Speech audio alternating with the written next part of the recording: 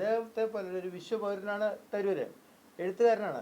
ഇപ്പോൾ നമ്മുടെ രാജ്യത്തിന് വേണ്ടി വളരെ നിലപാടുകൾ എടുക്കുന്ന ആളാണ്. മറ്റ് കോൺഗ്രസിൻ്റെ മറ്റ് നേതാക്കന്മാരെ പോലെ അല്ലല്ലോ.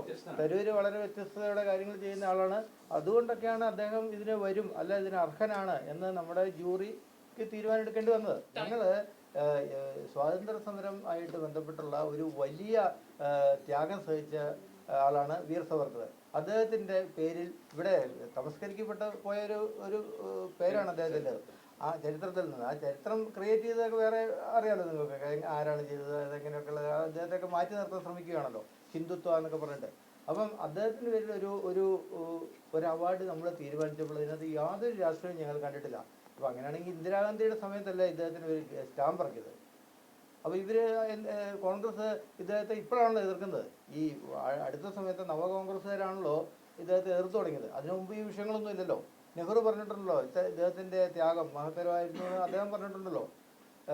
പോർട്ട് ബ്ലെയർ എയർപോർട്ടിന് പേരിട്ടേക്കുന്ന വീർ സവർക്കർ ഇൻ്റർനാഷണൽ എയർപോർട്ട് എന്നല്ലേ പേരിട്ടിരിക്കുന്നത്. അപ്പോൾ ഇങ്ങനെയുള്ള ഒരാളെ ഇപ്പോൾ കോൺഗ്രസ്സിന് ഇഷ്ടപ്പെടാതെ വരുന്നതുകൊണ്ട് തരൂരിനെ ഭീഷണിപ്പെടുത്തിയിട്ട് ആ സമ്മർദ്ദം കൊണ്ട് അദ്ദേഹം വരാതിരുന്നാവും. അപ്പോൾ സ്വാഭാവികമായിട്ടും അദ്ദേഹത്തിന് എളുപ്പത്തിൽ പറയാൻ പറ്റില്ല. ഞങ്ങളുടെ ഭാഗത്തുനിന്ന് ഒരു പിഴവില്ല, എല്ലാം വളരെ കൃത്യതയോടെ നടന്ന കാര്യമാണ്. രാജ്നാഥ് സിംഗിനെ പോലെ ഒരാൾ പങ്കെടുക്കേണ്ട ഒരു വിഷയത്തിൽ ഒരു പിഴവും വരുത്താൻ സാധ്യമല്ല. മാത്രമല്ല നമ്മൾ കൃത്യമായ അവാർഡ് ജൂറി ഉണ്ടായിരുന്നു, ജൂറി തിരഞ്ഞെടുത്താണ് ഇദ്ദേഹത്തെ, അല്ലാതെ ഞങ്ങൾ HRDs മാത്രം തീരുമാനിച്ചതല്ല. നിലവിലെ കോൺഗ്രസ് ഇത്രയും ശക്തമായി എതിർക്കുന്ന വീർ സവർക്കറുടെ പേരിലുള്ള ഒരു അവാർഡ് വാങ്ങാൻ തരൂർ വരുമെന്ന് നിങ്ങൾ പ്രതീക്ഷിക്കാനുള്ള കാരണം? ഞങ്ങൾ ഇതിനകത്തൊരു രാഷ്ട്രീയം കണ്ടില്ലെന്നേ. അദ്ദേഹത്തെ പോലെ ഒരു വിശ്വപൗരനാണ് തരൂര്, എഴുത്തുകാരനാണ്. ഇപ്പോൾ നമ്മുടെ രാജ്യത്തിന് വേണ്ടി വളരെ നിലപാടുകൾ എടുക്കുന്ന ആളാണ്. മറ്റ് കോൺഗ്രസിൻ്റെ മറ്റ് നേതാക്കന്മാരെ പോലെ അല്ലല്ലോ. തരൂര് വളരെ വ്യത്യസ്തതയുടെ കാര്യങ്ങൾ ചെയ്യുന്ന ആളാണ്.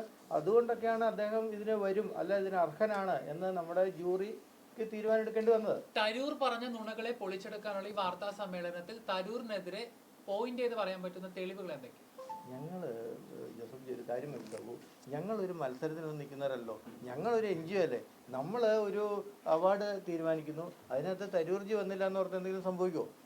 ഒരു കാര്യം സംഭവിക്കാതെ. പക്ഷേ ഇതിങ്ങനെ ഒരു വാർത്ത ഇതിനകത്തേക്ക് വന്നതുകൊണ്ടാണ് ഞങ്ങളിപ്പോൾ സംസാരിക്കേണ്ടത് തന്നെ വരുന്നത്. അല്ലെങ്കിൽ ഞങ്ങൾ എന്തിനാണ് ഇത് സംസാരിക്കുക? എത്രയോ പേര് വരാതിരുന്നിട്ടുണ്ട്. BJPയുടെ തന്നെ മുരളീധരൻജി വരായിരുന്നല്ലേ, വല്ല പ്രശ്നമുണ്ടോ? ഞങ്ങൾക്ക് വല്ല വിരോധമുണ്ടോ ഇതിന്?